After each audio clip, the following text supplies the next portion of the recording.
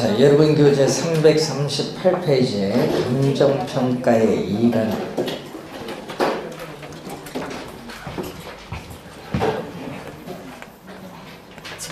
자, 감정평가라는 것은 거기 보면요, 감정평가 및 감정평가사에 관한 법률 제2조 제2호에 있어요. 그래서 토지 등의 경제적 가치를 판정하여 그 결과를 가액으로 표시하는 것을 말합니다. 가액은 뭐냐 하면요, 화폐액입니다. 토지 등 하면 뭐가 있어요? 등이 있으니까 토지도 있고 건물도 있고 동산도 있죠. 기계 같은 동산도 있고 대통령령으로 정하는 재산이 있어요. 뭐 예를 들면은 뭐 임목에 관한 법률은 임목 같은 거, 이런 대통령령으로 정하는 재산도 있습니다. 자, 우선은 감정평가가 왜 필요하느냐 한번 보시면요, 토지의 특성 때문에 그래요. 우리 토지가 가지는 특성, 부동성, 부증성, 영속성, 개별성 등의 특성으로 인해서 부동산 시장은 불안정 경쟁 시장이면죠, 그리고 합리적 시장을 그래서 형성하기가 어려워요. 그래서 감정평가사에서 인위적으로 균형 가격을 구할 필요가 있습니다. 여러분 잘 모르잖아요, 정상 가격을. 자, 그리고 부동산 가치 형성에 영향을 미치는 사회적 요인, 경제적 요인, 행정적 요인이 너무 복잡 다양해요. 자, 여러분 이틀 전인가 뭐 건축 안전 진단 그것도 바뀌고 법이 순간순간 막 바뀌는 거 잘 몰라요. 바뀌면 부동산 가치에 영향을 주죠. 네? 영향을 줘요. 또 그 가치 형성을 방해, 저해하는 요인도 너무 다양해요. 그러다 보니까 전문가적인 지식과 경험을 갖춘 감정평가사에 한 평가가 필요합니다. 또 부동산은 일반 상품과 달리 유한해요. 유한하고 또 가격이 비싸요. 그래서 이 부동산이 가지는 사회성, 공공성으로 인해서 감정평가도 사회성, 공공성을 가지게 됩니다. 그렇기 때문에 감정평가도 어떻게 돼요? 감정평가사에서 공정한 평가가 필요해요. 평가, 과대, 과소평가에서 영향 많이 줄 수도 있거든요. 공정한 평가가 필요합니다. 또 감정평가사에 의한 감정평가 가격이야말로 여러분의 각종 부동산 활동, 거래 활동, 이용 활동, 각종 부동산 활동에 있어서의 지표로 활용되고 있기 때문에 감정평가가 또 필요한 이유가 되기도 합니다. 여러 가지 이유가 있어요. 자, 그러면은 감정평가 활동을 여러분들은 능률화하고 또 감정평가의 목적, 또 감정평가에 있어서의 조건에 따라서 감정평가를 적절하게 분류할 필요가 있습니다. 340페이지에 보시면은 이 평가 주체에 따르는 평가의 분류가 있어요. 평가의 주체. 자, 감정평가의 주체가 공적 기관인 경우를 공적평가인데, 예를 들면 독일이나 오스트레일리아, 호주는 국가가 평가해요. 그래서 우리는 공적평가입니다. 자, 우리나라, 일본, 미국은 감정평가사가 있습니다. 그래서 공인평가입니다. 국가 또는 공공기관에 의해서 일정한 자격을 부여받은 사람이 평가의 주체가 되는 겁니다. 바로 공인평가입니다. 자, 강제성 여부에 따라 강제성이 있으면은 필수적 평가, 강제성이 없으면 임의적 평가입니다. 자, 어떤 일정한 사유가 발생을 하면은 감정평가 의뢰인은 반드시 감정평가 기관의 평가를 우리가 받아야 되는 경우를 무슨 평가죠? 필수적 평가예요. 그래서 이 필수적 평가의 대표적인 게 뭐냐 하면요, 경매예요. 경매. 여러분이 법원에 경매 시장이 있는데, 이 경매 물건은요, 감정평가사의 평가를 받아 경매, 신문 공고를 통해서 경매 나와야 돼요. 네? 경매. 또 한국자산관리공사의 캠코죠. 캠코에 또 뭐가 나오죠? 공매. 공매도 감정평가사의 평가를 받아 공매 시장에 나와야 돼요. 또 여러분 국유재산 처분, 여러분 국유재산을 처분할 때 뭐 국가나가 마음대로 처분을 못해요. 또 국유재산 처분할 때도 감정평가사의 평가를 받아 신문 공고를 통해서 처분해야 됩니다. 이런 건 다 필수적인 평가예요. 필수적 평가. 임의적 평가는 뭐죠? 강제성이 없어요. 임의적 평가는 강제성이 없다. 즉 감정평가 의뢰인 임의의 자유로운 의사에서 행해지는 평가입니다. 자, 여러분 부동산 담보대출 받고 싶다. 여러분 대출 받는 건 자유로운 의사죠. 여러분 자유로운 의사예요. 그래서 이때 담보대출 받을 때 담보물건 평가를 해요. 이런 것은 임의적 평가다. 임의적 평가. 자, 임의적 평가입니다. 자, 그리고 또 우리가 관련해서 감정평가의 결과가 쓰이는 목적에 따른 분류가 있어요. 감정평가의 결과가 공적인 이익을 목적으로 하는 공익평가가 있거든요. 이것은 신도시를 개발하기 위해서 토지를 수용을 했을 경우에 보상평가 있죠. 이런 것은 무슨 평가? 공익평가입니다. 그리고 감정평가의 결과가 사적 이익을 목적으로 하면은 사익평가인데, 이런 부동산 매매라든지 부동산 교환을 위해서 행해지는 평가가 무슨 평가? 사익평가. 사적 이익을 목적으로 하는 거예요. 자, 그런 평가가 있고 법정평가라는 게 있거든요. 자, 이런 법정평가는 이 시장 거래 가격이 일반 거래의 활동과 차이가 많아요. 그래서 시장에서 거래되는 가격과 그래서 달리 구할 필요가 있는데, 이럴 때 법령에 규정되는 평가입니다. 예를 들어서 개발이익 환수에 관한 법률에서 개발 부담금 부과를 위해서 평가를 한다. 이거 무슨 평가? 법정평가야. 공시지가 평가라든지 또 토지거래 규제를 위한 평가, 이런 건 다 법에 정해져 있는 평가입니다. 법정평가죠. 자, 그리고 감정평가사, 감정평가 주체의 수에 따른 분류인데, 감정평가사 한 사람에서 평가가 이루어지면 무슨 평가? 단독평가. 감정평가사 여러 사람에서 행해지면 합의제, 공동평가인데, 여러분 단독평가는요 한 사람이 평가하니까 신속해요. 그런데 객관성은 떨어지기가 쉬워요. 근데 여러 사람이 평가하면은 객관성은 뭐가 돼? 단독에 비해서 유지가 돼요. 그렇지만 신속성은 떨어진다는 단점은 있겠죠. 자, 두 번째는 감정평가의 전문성 수준에 따라서 평가하는데, 자, 이런 부동산 소유자와 부동산 사용자 본인이 평가는 비전문가이지만 이 소유자 사용자 본인이 행하는 평가를 몇 차? 1차 수준의 평가로서 전문성이 가장 낮아요. 예? 2차 수준은 뭐냐? 평가는 비전문가이지만은 부동산을 실무적으로 담당하는 사람에서 행해지는 평가입니다. 예를 들어서 공인중개사가 부동산을 매각하기 위해서 평가를 하는 활동이 몇 차? 2차 수준의 평가. 그리고 평가의 전문가인 감정평가사에 의해서 행해지는 평가를 3차 수준의 평가로서 전문성이 가장 높다. 자, 그리고 감정평가의 조건이 나오는데, 자, 이 조건이 또 우리가 시험 문제에 우리가 자주 나오죠. 자, 19회 시험에 우선 출제를 했습니다. 감정평가의 조건에 따른 분류인데, 우선 현재.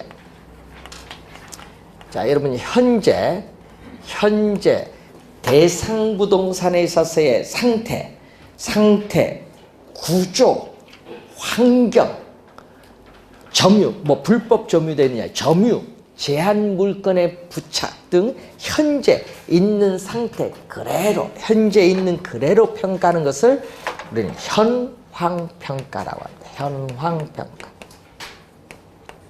자, 현황평가를 말하는데, 자, 이 현황평가를 보면요, 우리나라 감정평가에 관한 규칙이 있습니다. 자, 우리나라 감정평가에 관한 규칙이 있는데, 이 규칙을 우리 뭐라고 하냐? 우리나라 감정평가에 관한 규칙을 줄여서 감칙이라고 해요. 감칙인데, 거기에 제6조가 나와요. 제6조를 우리는 현황 기준 원칙이죠. 자, 우선 현황 기준 원칙 26회 시험에 나오죠. 감정평가에 관한 규칙에 직접 이렇게 6조 직접 규정이 되어 있어요. 직접 규정이 되는데 여기에 6조가 두 가지가 있거든요. 1항, 2항이 있어요. 1항, 2항이 있다. 자, 이때 1항은 뭐냐? 1항은 27회 시험에 출제를 했죠. 감정평가는, 자, 27회 시험에 출제된 지문 보면은 감정평가, 자, 박스표로 봅니다. 감정평가는 기준 시점에서의 대상 물건의 이용 상황 및 공법상 제한을 받는 상태를 기준으로 한다. 이 지문을 출제한 거야. 근데 주의해야 될 건 불법적이거나 일시적 이용은 제외합니다. 자, 이 지문이 나오고 2항은 뭐죠? 감정평가업자는 제1항에도 불구하고 다음 각 코의 어느 하나에 해당하는 경우에는 어떻게 돼요? 가치 형성 요인 등을 실제와 다르게 가정하거나 특수한 어떻게 돼요? 조건을 붙여야겠죠. 특수한 경우로 가정해요. 감정평가 조건을 붙여서 우리는 결정할 수가 있습니다. 세 가지 경우가 있거든요. 법령에 다른 규정이 있는 경우, 감정평가 의뢰인이 요청하는 경우, 감정평가의 목적이나 대상 물건의 특성에 비추어 사회의 통념상 필요하다고 인정되는 경우, 이 세 가지 경우에는 어떻게 돼요? 우리 감정평가 조건을 붙여서 어떻게 돼요? 결정할 수 있다. 이런 얘기입니다. 자, 그래서 여러분이 그 내용을 나오는데 2항은 아직 출제 안 했고요. 1항은 한번 출제 27회 시험에 했습니다.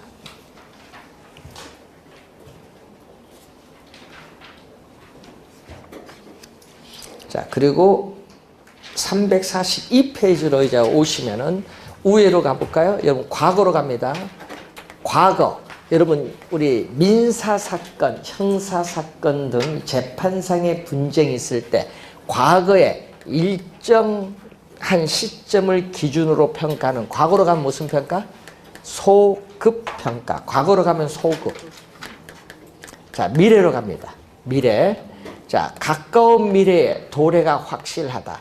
자, 여러분 2개월 뒤에 아파트 입주한다. 자, 여러분 2개월 뒤에 아파트 입주합니다. 확실하죠? 예, 도래가 확실한 미래의 일정 시점을 기준으로 하는 평가를 우리는 기한부 평가라고 합니다. 기한부 평가. 기한부 평가. 그런데 미래는 미래인데 불확실하다. 자, 미래는 미래인데 불확실하다. 불확실합니다. 그래서 미래에 불확실한 상황이 성취가 될 것을 전제로 해요. 그래서 부동산 가치가 증가하느냐 감소하느냐 증감가 요인을 고려해서 행해지는 평가를 우리 무슨 평가라 하면은 조건부 평가라고 해요. 조건. 자, 조건부 평가인데, 그런데 문제는 조건이 들어갔기 때문에 이 조건이 만족해야 평가합니다. 그래서 이 조건이라는 건 어떤 조건을 만족해라면 우선은 실현이 가능해야 돼요. 자, 여러분 바다를 메워서 평가한다? 실현? 불가능하죠. 이런 건 안 돼요. 실현 가능해야 되고, 또 우리는 합법성, 비적법적 하면 안 돼요. 합법성을 띠고 있어야 돼요. 자, 그러면 예를 들어서 토지에 건물이 있어요. 자, 토지에 건물이 있는데 이 건물이 50년이 경과했어요. 그래서 노후화가 많이 우리가 지금 진행이 돼 있어서 철거를 하긴 해야 되는데 언제 해야 될지 몰라요. 뭐 건물주가 철거를 해야 되는데 불확실해요. 언제 철거를 해야 될지 잘 몰라요. 불확실합니다. 그럼 아까 했죠? 불확실한 상황이 성취될 것을 전제로 한다. 성취될 것을 전제로 한다는 것은 건물에 뭐를 전제로 한다? 성취될 거, 철거를 전제로 해요. 그럼 건물의 철거를 전제로 한다는 것은 토지 위에 건물이 있지만 철거를 전제로 했기 때문에 건물이 없는 상태인 뭘로? 건물이 없는 상태인 나지로 평가하는 것을 조건부 평가라고 하는 거예요. 이게. 그럼 예를 들어서 우리 요즘 이런 얘기 많이 하죠. 개발 제한구요. 이 개발 제한구의 해제. 개발 제한구가 아직 해제 안 됐거든요. 이 해제가 될 것이라 또 보는 거예요. 해제를 전제로 해서 평가할 수 있죠. 예? 그것도 무슨 평가? 조건부 평가. 해제 어떻게 돼? 실현 가능하죠.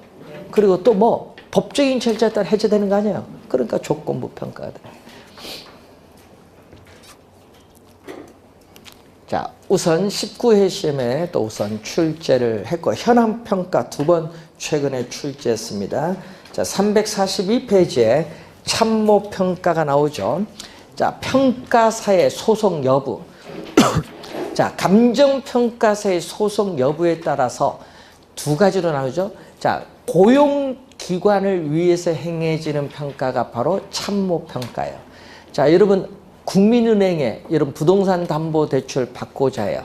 그럼 국민은행에 고용된 감정평가사가 있죠. 그 감정평가사가 평가를 해요. 이게 바로 참모평가입니다. 자, 수시적 평가는 평가를 전업으로 나눠요.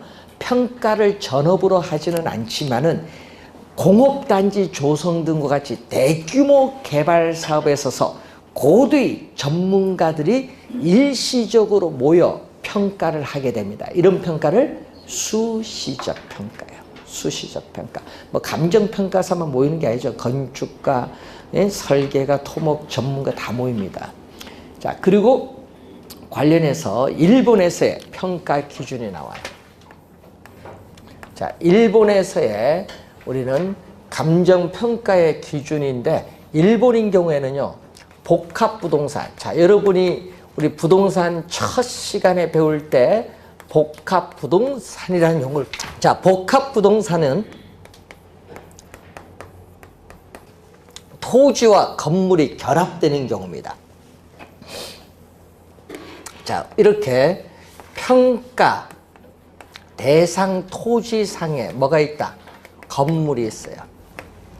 자, 이렇게 평가 대상 토지상에 건물이 있는 무슨 경우? 복합부동산의 경우에 적용해요. 일본은. 뭐를 평가하는 거예요, 지금? 평가는 토지를 하는 거예요, 토지. 토지를 평가하고자 하는데 위에 건물이 있는 경우에 어떻게 할 거냐, 얘기예요. 자, 평가 대상 토지상에 우리가 건물이 있습니다. 자, 평가 대상 토지상에 건물이 있는 경우에는 건물이 없다고 보는 거예요. 건물이 없다고 보고 토지를 건물이 없는 상태인 뭘로? 나지로 보죠. 그러니까 건물이 없다고 본다는 것은 건물에 뭐를 전제로? 철거를 전제로 한 거죠. 그래서 평가 대상 토지상에 건물이 존재하는 경우에는 건물이 없는 무슨 걸로? 나지 상태로 평가하는 것을 우리 뭐라고 하냐면 독립평가라고 해요. 독립. 자, 독립평가. 그래서 독립평가는 뭐에 속하는 거죠? 지금 앞 시간에 배우셨던 우리가 지금 배운 조건부 평가에 속하고 낮이니까 건물이 없기 때문에 우리는 건부 감가는 고려하지 않아요. 낮이는 토지의 최유효 이용의 상태를 전제로 파악되는 가격을 구하는 겁니다. 자, 그런데 평가 대상 토지상에 건물이 있어요. 건물이 있는 경우에 건물이 현재 있는 그대로 토지를 평가해요. 그럼 토지는 뭘로 평가하는 거예요? 건물이 있는 그대로니까 건물이 있는 상태인 토지를 건부지로 평가하기 때문에 뭐를? 건부 감가를 뭐 하죠? 고려를 해요. 건물이 있는 상태로 평가하는 것을 우리는 부분평가다. 부분평가. 자, 부분평가인데, 자, 이 부분평가는 또 뭐죠? 건물이 현재 이용되고 있는 상태 그대로 평가니까 또 무슨 평가? 현황평가에 속한다. 일본의 기준. 그래서 독립평가는 11회 시험에 또 출제가 된 용어.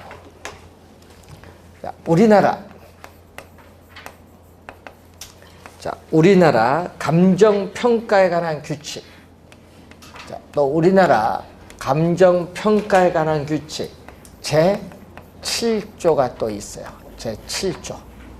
자, 제7조를 보면요. 개별 물건 또 기준 원칙입니다. 자, 제7조. 개별 물건 기준 원칙. 또 7조에 규정되어 있거든요. 자, 20 또 6회 시험에 출제했죠. 개별 물건 기준 원칙 등 규정되어 있습니다. 자, 7조는 4가지가 있어요. 1항, 2항, 3항, 4항 4가지가 있어요. 1항은 감정평가는 대상 물건마다 개별로 하여야 한다. 하여야 한다는 반드시죠? 반드시. 그래서 요거예요. 요 개별 물건 기준 원칙. 요게 바로 1항이에요. 근데 뒤에 뭐가 있어요? 등. 등이 2, 3, 4항이에요. 등이. 그러면은 요 2항은 뭐냐? 2항은 둘 이상이야. 여러분, 2항은 둘 이상.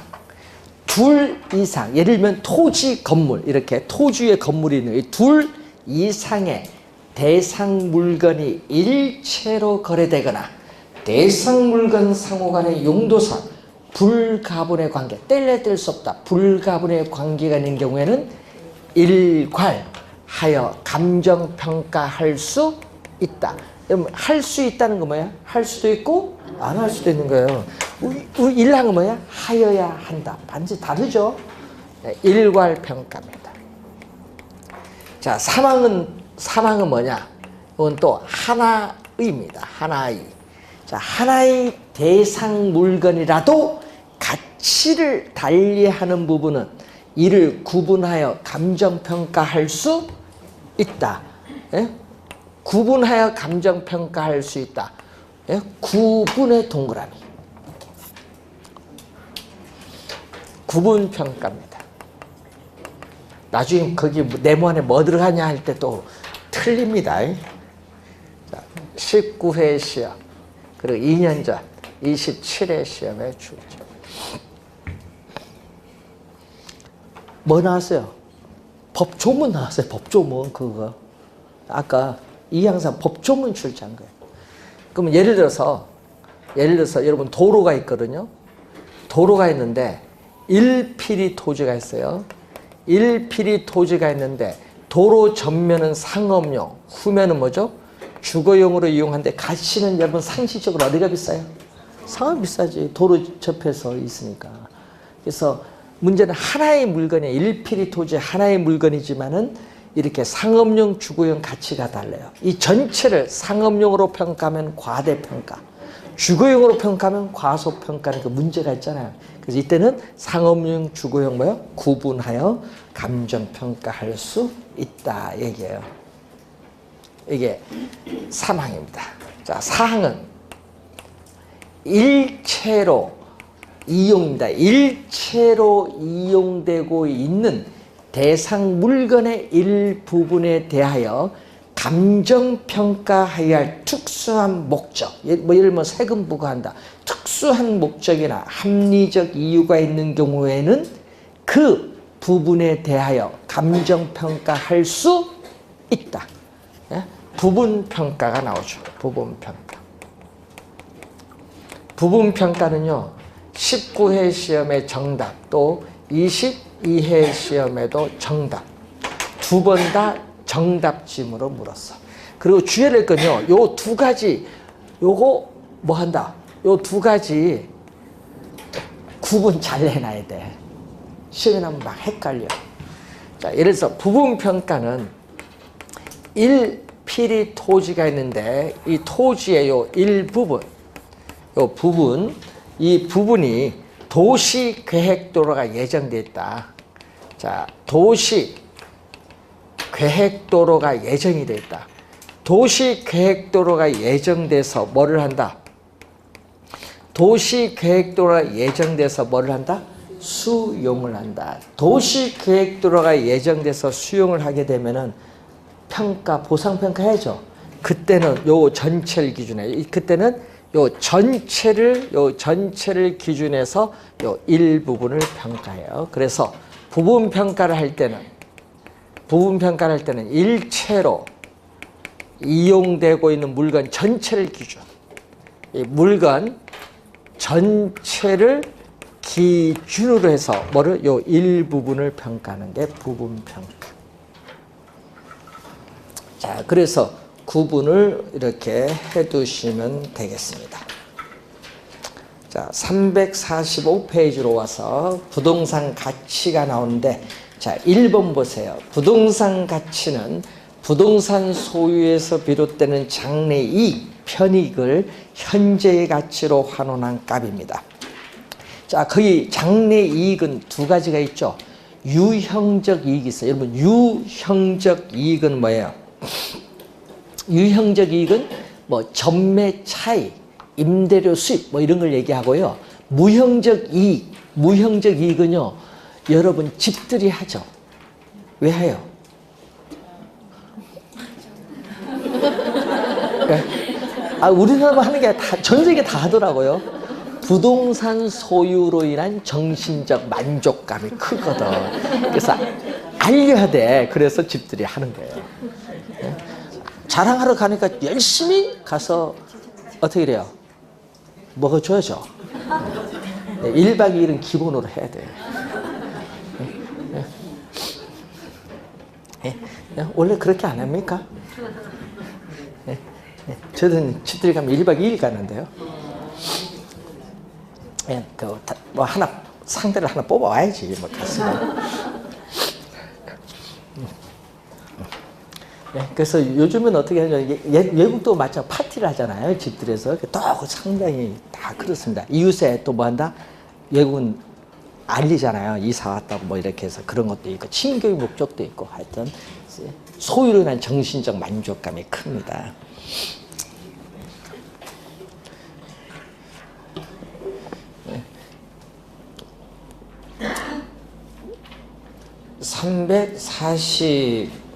우리가 거기에 5페이지 보시면은 가치와 가격인데, 토지는 뭐를 가지고 있죠?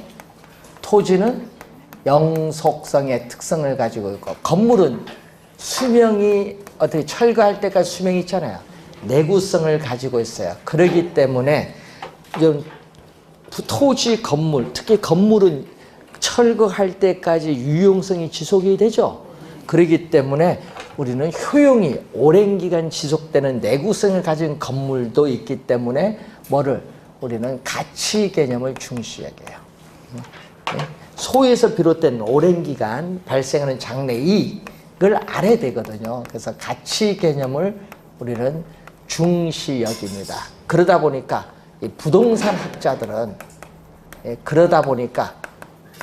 부동산 학자들의 견해, 여러분 경제학자들이 아닌 부동산 학자들의 견해는 가치와 가격을 서로 다르다고 보고, 부동산 학자들은 뭐를 중시한다? 가치 개념을 중시할 수밖에 없다. 자, 그러면은 이 개념상 차이가 있습니다. 자, 개념상 우선 차이가 나타나는데, 가격은 공인중개사, 여러분이 시장에서 지금 거래되는 가격은 바로 이 공인중개사인 여러분이 중시하는 거고, 가치는 우리 거기 나오는 가치는 누구? 어빙 피셔라는 학자죠. 어빙 피셔라는 학자가 정의를 내린 가치는 감정평가사가 중시를 합니다.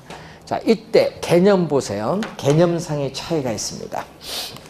개념상의 차이를 보면은 우선은 가격은 부동산 시장에서 부동산 거래가 성립되었을 때 교환의 대가로서 실제로 지불한 금액이 뭐다? 가격. 실제로 지불한 금액이 가격이에요. 가치는 부동산 소유에서 비롯되는 장래 이익을 현재 가치로 환원한 값이에요. 우선 개념이 차이가 있어요. 개념. 그리고 25회 시험에 또 우리가 정답지문으로 물었었거든요. 바로 이 얘기입니다. 가격은 과거. 자, 여러분 6개월 전에 아파트 4억의 거래가 이루어졌다. 그 4억이 가격이거든요. 그러니까 과거의 시점입니다. 과거의 시점에서 부동산 거래가 성립되었을 때 가치는 과거의 값이야. 과거의 값.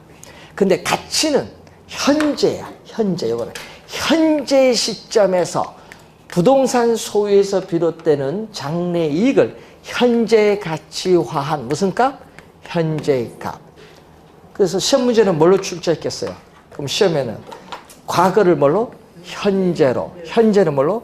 미래로 이렇게 출제를 했어요. 바꿔서 정답 지문이죠. 자, 그리고 자, 여러분 시장에서 아파트의 정상적인 시장 가치는 4억 원이에요. 4억 원인데 이민을 가기 위해서 금 매물로 매각을 3억에 했다면은 매각 시점에서 정상적인 아파트 시장 가치 4억 원이 1억 급격하게 하락을 하였다고 볼 수 있다 없다? 없죠. 예? 없어요. 그러니까 뭐가 존재한다? 가치와 가격 사이에는 오차가 존재할 수밖에 없다. 오차가 존재하거든요. 근데 문제는 오차가 플러스 오차가 될 수도 있고 무슨 오차? 마이너스 오차가 될 수 있지. 뭐 고가 저가에 따라 달라지겠죠. 오차는.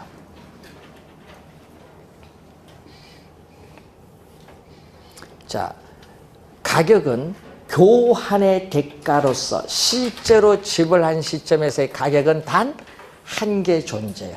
가격은 단 한 개. 자, 여러분 아파트 33평 아파트 5억 주고 샀습니다. 5억 가격 단 한 개 존재해요. 그런데 5억 주고 샀는데요. 3억은 융자를 받았어요. 그럼 금융기관에서 담보부동산을 평가한 가격이 4억일 수 있어. 4억 담보가치야. 보험회사에서 보험금 산정을서 평가한 가치가 3억 5천만 원일 수 있어. 보험가치. 또 국세청에서 세금을 부과해서 평가한 가격이 얼마? 3억 7천만 원일 수 있어. 과세가치. 아파트는 5억 주고 샀어요.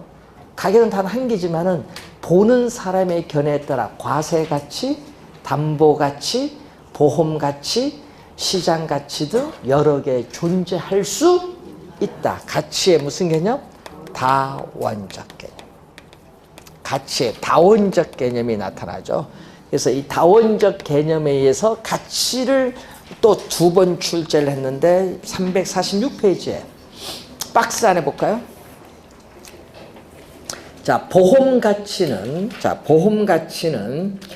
이 보험금, 보험회사에서 보험금 산정과 보상에 대한 기준으로 사용되는 가치 개념이에요. 자, 그리고 과세 가치는 중앙정부나 지방자치단체, 지방정부에서 소득세라든지 재산세를 부과하는 데 사용되는 기준이에요.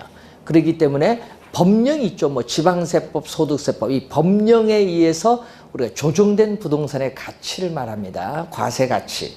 사용가치는 부동산을 특정한 용도로 사용될 때 가질 수 있는 가치인데 문제는 그 1번 보세요. 1번 보면은 사용가치는 특정한 용도로 사용될 때 가질 수 있는 가치예요. 예를 들면 주거용일 때 가치 얼마냐.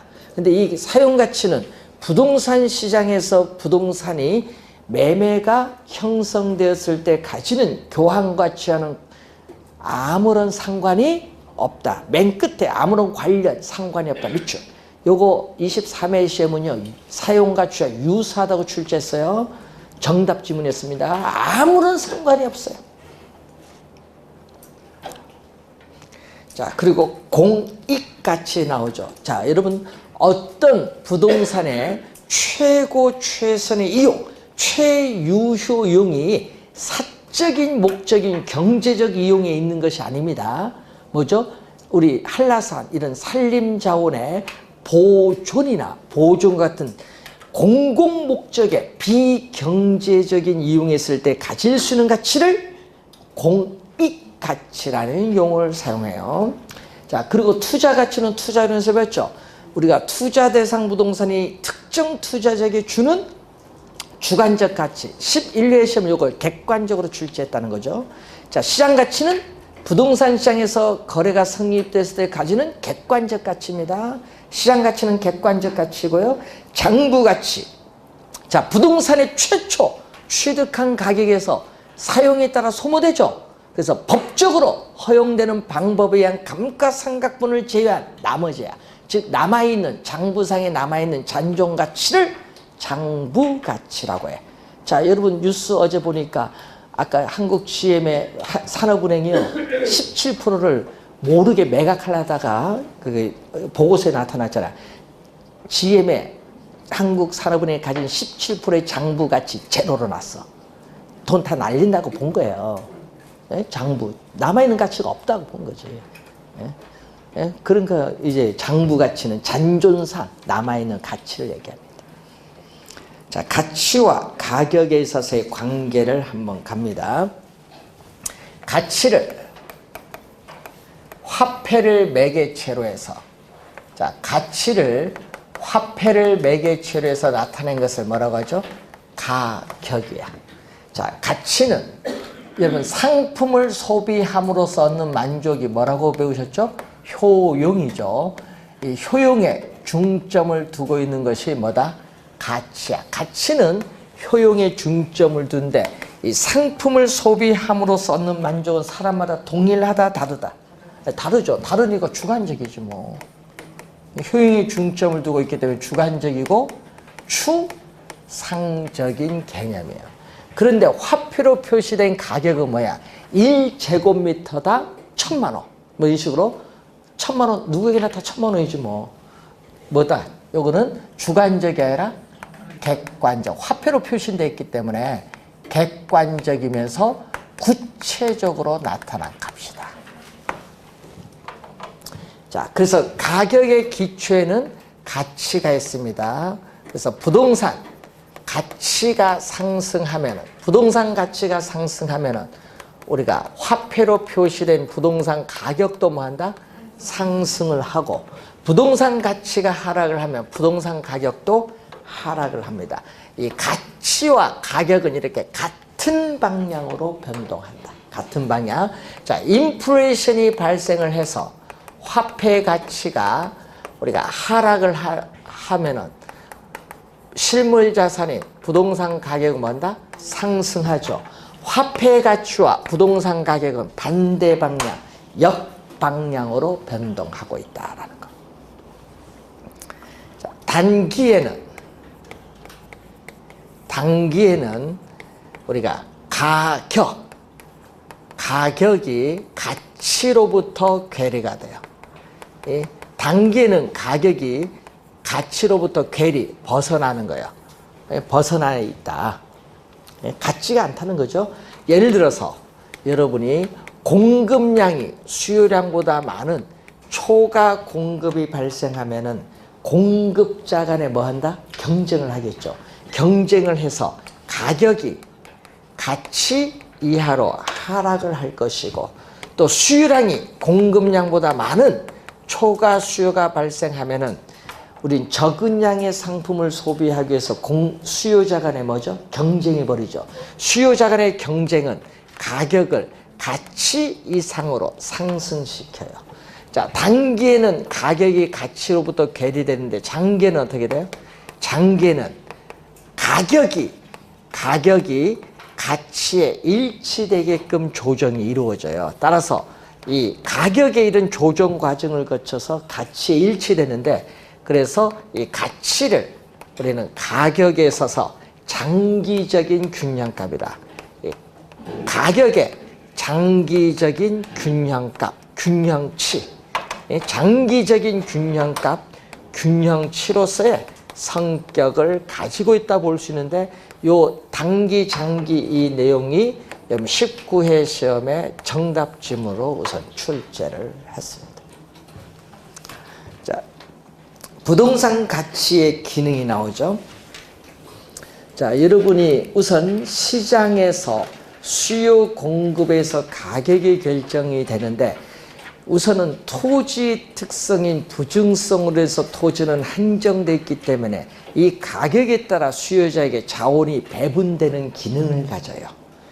또 우리는 이 가격이 결정되면은 소비자의 행동, 또 생산자의 행동을 결정하는 신호, 지표를 제공해줘요.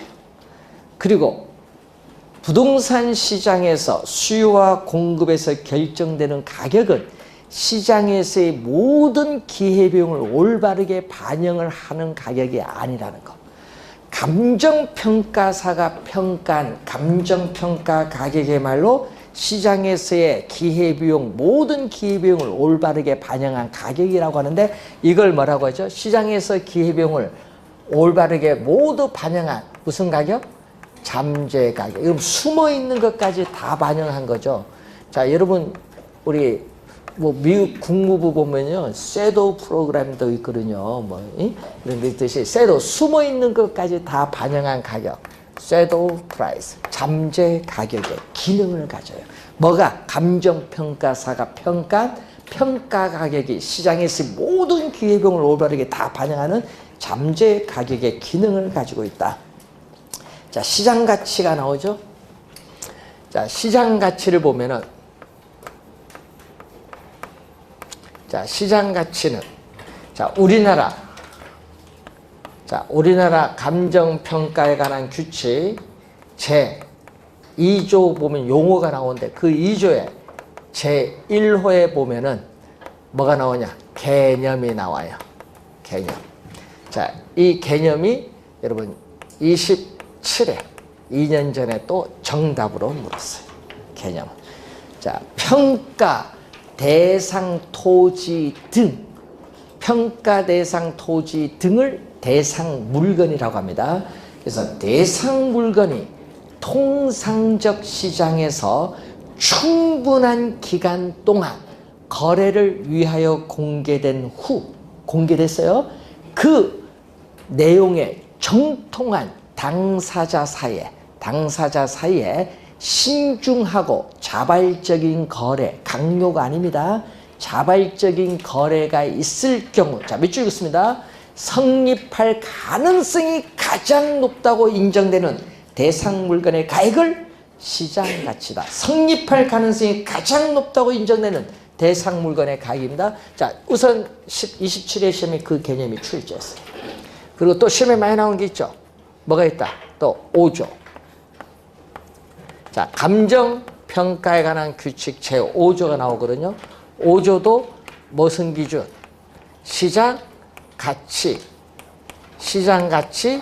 기준 원칙이 5조. 26회 시험에 출제를 했었죠. 자, 5조에는 또 1항, 2항이 나와요. 자, 여러분 교재에 보시면은 1항, 2항이 이제 또 우선 나오는 그런 내용입니다. 자, 여러분 교재에 어디 나오냐면 350페이지에 그 1항, 2항이 이제 나오죠. 자, 1항 보세요. 어떻게 돼요? 대상 물건의 감정평가액. 여러분, 대상 물건의 감정평가액을 시장 가치를 기준으로 결정한다. 뭐를 기준? 시장 가치를 기준으로 결정해요. 뭐에서? 감정평가에 관한 규칙에서는. 그런데 주의해야 될 것은요, 부동산 가격 공시에 관한 법률에서는 이걸 적정가격이라고 하는데 시험에 적정가격 많이 내거든요. 적정가격이 아니라 감정평가에 관한 규칙에서는 무슨 거죠? 시장가치. 그래서 이 지문 20, 우리가 1회 시험에 출제된 지문. 자, 2항은 20, 우리가 7회 시험에 또 우리가 출제가 된 지문이죠.